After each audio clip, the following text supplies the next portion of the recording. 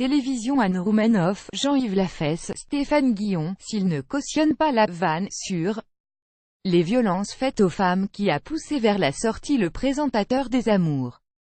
Plusieurs personnalités prennent sa défense. Jeudi soir, la direction de France 2 a confirmé que les prochains enregistrements des Amours ne seraient plus assurés par Tex.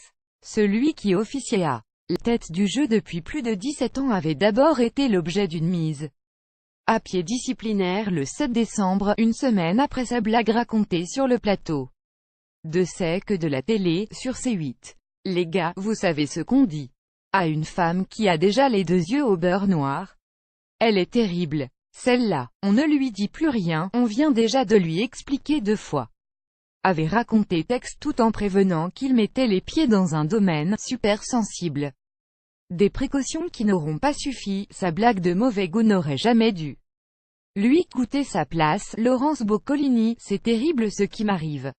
C'est incroyable. J'en suis en train d'encaisser le coup, a réagi Tex à chaud auprès de nos confrères de Yahoo, après l'annonce de son éviction. Anne Roumanoff a été la première humoriste à exprimer ouvertement son désaccord avec la direction de France Télévisions, auquel la blague de Tex était pourrie, nulle et machiste, mais il me semble qu'il s'est excusé, a-t-elle écrit sur son compte Twitter.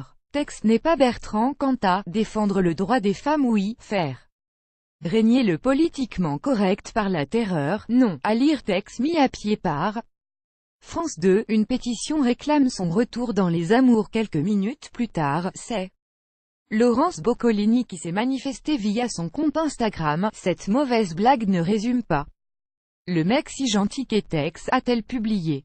Se servir de cela pour le pousser dehors est d'une cruauté. Il a mené son émission depuis des années avec énergie. J'en suis triste de ce qui lui arrive. Sa blague de mauvais goût n'aurait jamais dû lui coûter sa place. Il y a des choses plus graves qui se font en ce moment. Le monde de la télé n'est pas spécialement un monde de solidarité en cas de coup de dur, croyez-moi. J'avais envie de prouver que ce n'était pas toujours vrai. Les comiques devraient commencer à se bouger le cul.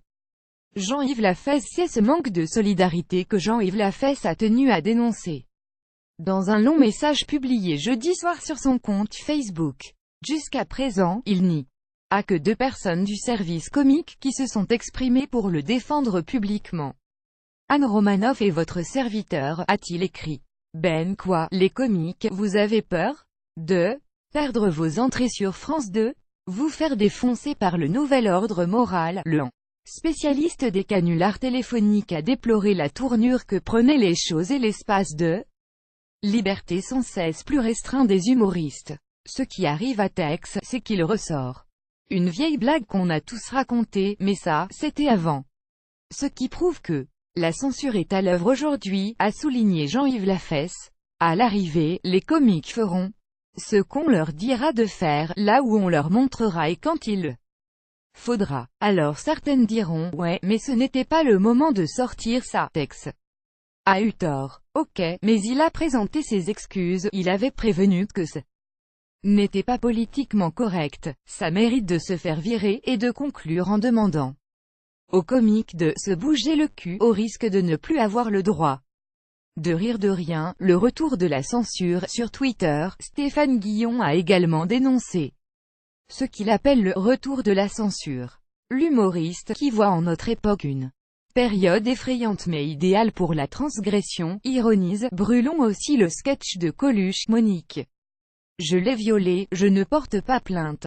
En s'adressant au potentiel remplaçant de Tex à la présentation des Amours, il prévient dans un second post, on peut aussi avoir un peu d'amour propre, ne pas vouloir tout le temps aller à la gamelle et refuser de prendre la place d'un garçon injustement débarqué. Zapping TV, Julien Courbet défend Tex après ça blague sur les femmes battues selon Arnaud Demanche, qui s'est exprimé au micro d'Europe 1.